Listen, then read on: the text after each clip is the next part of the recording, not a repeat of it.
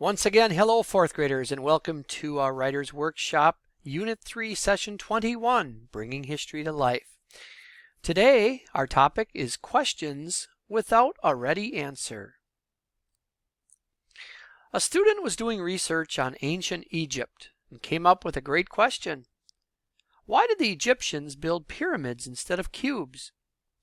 The student thought, well, many buildings in warm climates are in cubes, so that there's more room inside to stand. So why did the Egyptians pick such a strange shape of building? They can't stand in half of it. The student was stumped. They couldn't find an answer to their question anywhere. Historians don't always find answers to every question they have, but nonfiction writers, particularly historians, use all of their research and knowledge to create possible answers for questions for which people can't find ready-made answers. The student's question on ancient Egypt and their buildings felt like a question with no answer. The student kept thinking and came up with many ideas. Maybe they wanted the shape of their building to look like a mountain.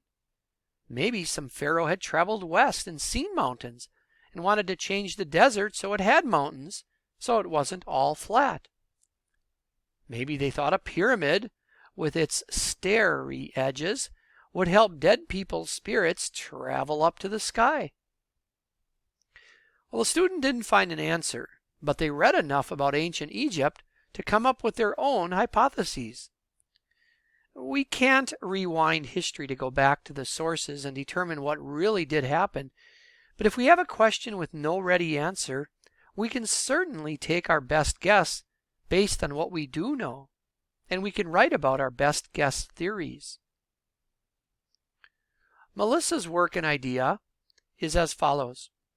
Why did people have secret societies during this time? And by this time we're talking about the Revolutionary War time.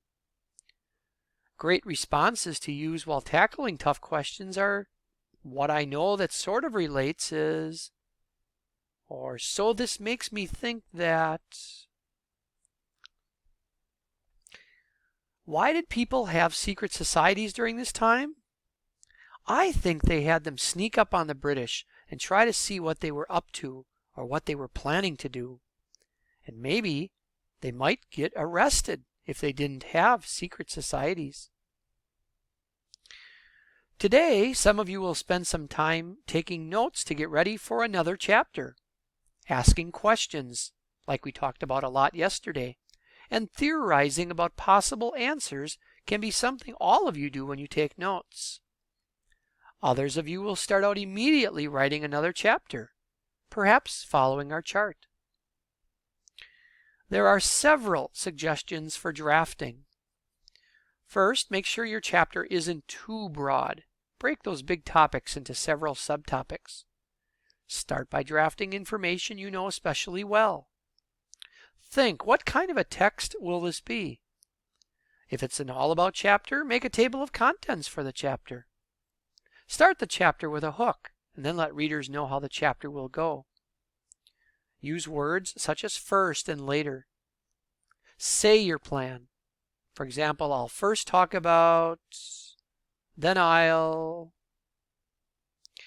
When writing, remember to say more about a subtopic. Ask yourself, am I teaching information, or is my writing full of a lot of hot air and not that many facts, statistics, quotes, names, dates, stories? Will my writing make sense to a reader, or will readers go, huh? And is my writing written in my own voice, or did I end up kind of copying from a book? Antoine de Saint-Exupéry, a famous author of the book The Little Prince, said, "Perfection is achieved not when there is nothing more to add, but when there is nothing more to take away." A lot of the revision work we do, we add more and more. Now, this is an important and valuable work, but it's also important to study your writing and think, well, based on the new ideas I'm growing, is there something here I could take away? As you add new ideas to your writing, fourth graders, think about whether you had written before all still fits. If not, you might need to move something to another section or take it out altogether. Look through all the writing you did, either in your notebook as you were growing ideas or in your drafts as you added new ideas to your writing. Box or star a sentence or two that captures the idea you're most proud of. In a moment, you're going to create a living text out of all of your ideas by saying them.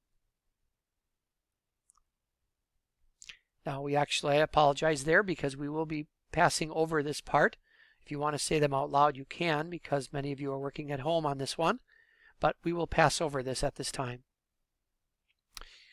And here we are, tonight or today for homework. Your job is to finish your drafts and create a list of the research sources that you have used for your research and writing. Be sure to have these items ready for tomorrow's lesson. If your job here today is all you're doing is finishing your chapter and listing your research sources, your books if you will, whether they be actual books or from EPIC or other resources, perhaps websites, just know that tomorrow will be the final day that you have in our class to work on your informational books before our writing celebration. Our focus will be on editing and getting the pieces ready for publication. So I send you off, making sure that you are working to finish up your drafts, your chapters, whatever you've been working on for our special questions and research, and getting that ready along with your research sources, writing down, documenting what are your books that you've been using, the websites that you've been using, jotting that information down. All right, good luck, and let's get started.